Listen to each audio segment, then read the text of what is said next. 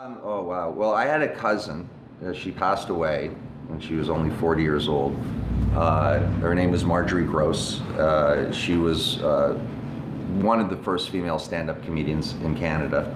And she was my hero and introduced me most quintessentially to the Beatles at a very young age, which was really where it all stemmed from, wrestling and the Beatles.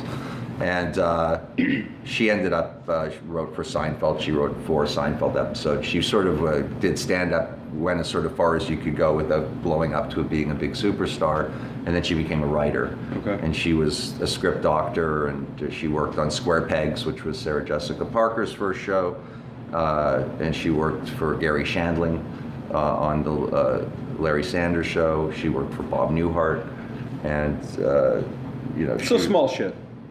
Yeah, but then at the end, Seinfeld was, of course, the biggest. Right. But she ran away from home basically when she was 16, and she went to New York.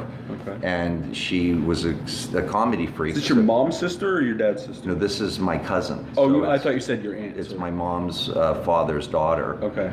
And she would be the flashlight person at a club called Catch a Rising Star. And the flashlight person was the fire code. They wouldn't close the place down. They had to have someone with the flashlight. Sounds stupid, but that's what it was. So she knew everybody, and they all knew her, and then she got into doing stand-up. So as a result of that, I got to hang out and meet Larry David before he was famous, Richard Lewis, Sandra Bernhardt, and all this kind of crazy stuff. So, you know, so she was sort of my muse, and to this day, you know, it's sad because, you know, she got to see the beginning of maybe Kenny versus Spenny, and then she had cancer, ovarian cancer, and she died like her mom. But she was an amazingly talented and incredible inspiration. So I know really early on, we had talked about this earlier, and you just kind of touched on it now. You got really interested in wrestling. Yeah. Like I love really wrestling. Interested in wrestling. Yeah. Talk to me about that. Well, her brother, Jonathan, would take me to Maple Leaf Gardens in the 70s, and I was young, and back then, we were talking about this earlier, they have a thing called kayfabe, which doesn't exist anymore, where there was actual attention paid to not letting people know that it was completely scripted and fake, right? And being a child and witnessing this, and it was gruff, it wasn't like a yuppie phenomenon that it's become. It was like, you know, it was hardcore working class people that went to wrestling every Sunday night at the Gardens for Frank Tunney card. And I saw the Sheik, the original Sheik, Eddie Fairhat, and who was just the greatest heel that ever lived. They'll even say that to this day. Not the Iron Sheik, the original Sheik. And he had this manager, Ernie Roth, he was a Jewish guy, and he would be this guy Abdullah Farouk. He'd wear like glitter fezzes, and he was his manager, and the Sheik never talked. He was from Michigan, and he was a promoter as well. And when he was in the ring, he wanted to sound like he was from Syria, but he didn't know any Syrian because he was American. So he'd always go, Kalamazoo! And I was so terrified by these two guys. Really?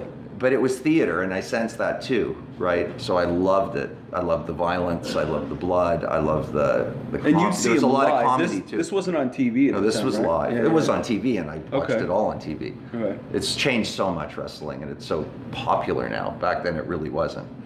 And so then we used to go to Buffalo to the Memorial Auditorium to see wrestlers because everything was territorial back then. Right. So I saw you guys would not know who any of these guys are unless you're of a certain vintage.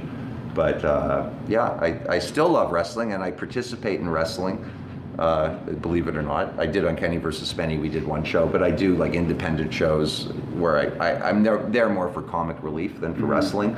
I'm fucking old and my back's sore. But I can't wrestle anymore. I can't take bumps. That's what they call them. Even when we were talking, though, you seemed more interested in the entertain, like the manager side of it than. Yes. Well, I'm trying to get a documentary film made now, but you know, good luck, on the lost art of wrestling managers. And for those of you who don't know, they were the funniest. They always Bobby the Brain Heenan would be the one that most people would remember who were younger, and they were there to put the wrestlers over, usually to make them get hated because the managers were always sleazy. You know, they would give foreign objects to the wrestlers. They distract. It was a sleazy manager thing. That was what the good ones were, or the ones that were really funny. And Ernie Roth was my favorite. He was Abdullah Farouk, and he became the Grand Wizard. Right. And he died a long time ago. But he was just really, really funny, like just to hear him talk. It's funny.